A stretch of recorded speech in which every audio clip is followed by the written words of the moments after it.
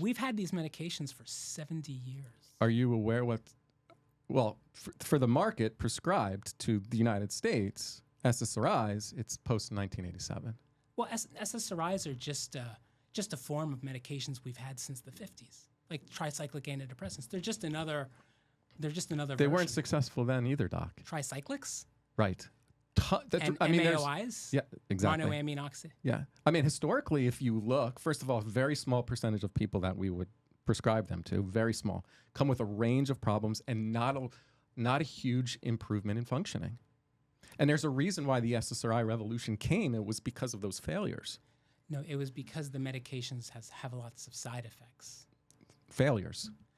Well, I mean, that's quality of life. We're these talking about people with emotional conditions like depression. Like what you call a side effect is a strong adverse reaction that sometimes makes people want to kill themselves.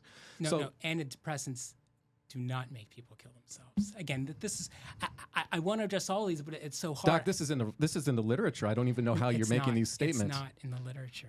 I know we need to address. I want to address each one of these. It's a great points. There's a government black box warning, okay, just for under the age of 25, and that is way too conservative because there's been data on adolescents that shows a 4 to 6 fold increase in suicide in comparison to the placebo group. We have a government black box warning for inducing suicide. We have international drug regulatory warnings throughout the world, right? For increased suicide and violence. So why would they put those warnings out there if it didn't exist?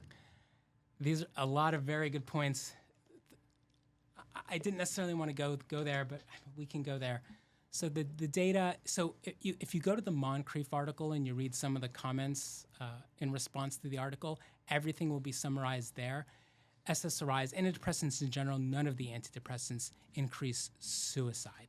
Now there are... Do you know how many people I've met personally that talk about that exact causal relationship? Are they lying? We need to talk about the data, though. We need to focus on the data. So the data are clear. Antidepressants decrease... I'm not familiar with that book. I'm sorry. The data are clear. Antidepressants decrease suicide. The data You're doing it again. You're on a popular podcast and you're saying the data is clear.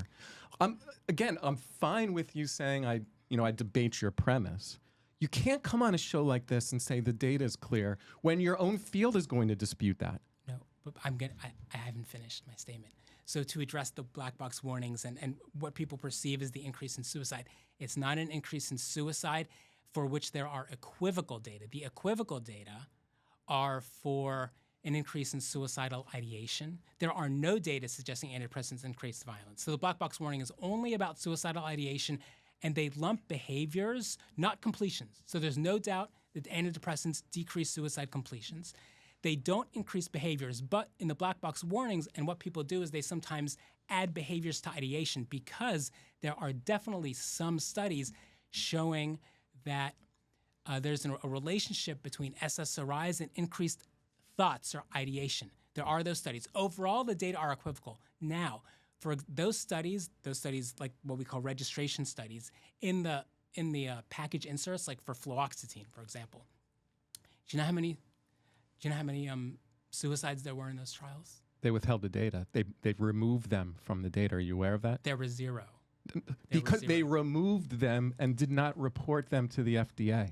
There were zero. 1990. No, there were not zero. They were actually. I want you to read the book Medication Madness: The Role of Psychiatric Drugs in Cases of Violence, Suicide, and Crime. Dr. Peter Breggin. I'm actually going to his house next month to be able to interview him. He's a psychiatrist. He's been a medical expert in product liability cases, and he's been able to obtain through the discovery process private memos, as well as the data from the drug companies that has proven that when people became suicidal on the drugs, they either removed them from the final data count or they gave them tranquilizers. So 1994, there were so many lawsuits against Eli Lilly that a federal judge in Indianapolis combined 160 cases into a consortium called the Multi-District Litigation. And through the discovery process, Eli Lilly had hidden data that Prozac caused mania in patients who had never been manic previously. Additionally, the stimulating effect was so pronounced in a portion of their trial patients, Eli Lilly's top scientist, Ray Fuller, without informing the FDA, signed an in-house memo to prescribe tranquilizers to patients who were demonstrating a stimulating effect that ranged from hypomania to psychosis and akathisia. And akathisia appears to be a precursor to people wanting to kill themselves. So when I've either done evaluations myself or had people come on the podcast who've been able to describe what happened after they were prescribed the SSRI, they describe these very experiences, including David Carmichael, who killed his own son after being inaccurately prescribed Paxil. And due to the scientific data from these trials, you're seeing these perpetrators, these homicide, these people who are on defense for homicide. They're being acquitted based on this data. So this was not reported to the FDA, and the drug would have never been approved if it was. The Westbecker case is another great example. Peter Breggin was an expert witness. He reviewed hundreds of published studies concerning Prozac and innumerable large storage boxes of sealed Eli Lilly memos, letters, and studies concerning the development of and marketing of Prozac, some which were obtained through FOIA requests. That's Freedom of Information Act. And the discovery process. So unless you're looking at that data, you can't come to that conclusion to say zero, because after Joseph Westbecker's psychiatrist introduced Prozac, he exhibited psychosis, shot 20 people, killing 8, and himself. We see a number of cases across the world. 2001, Wyoming jury awarded $8 million to a family after a nonviolent grandfather went on a shooting rampage 2 days after starting an antidepressant drug. Roger. You see this all over the case reports, and I'll just refer to the medical expert who's documented this.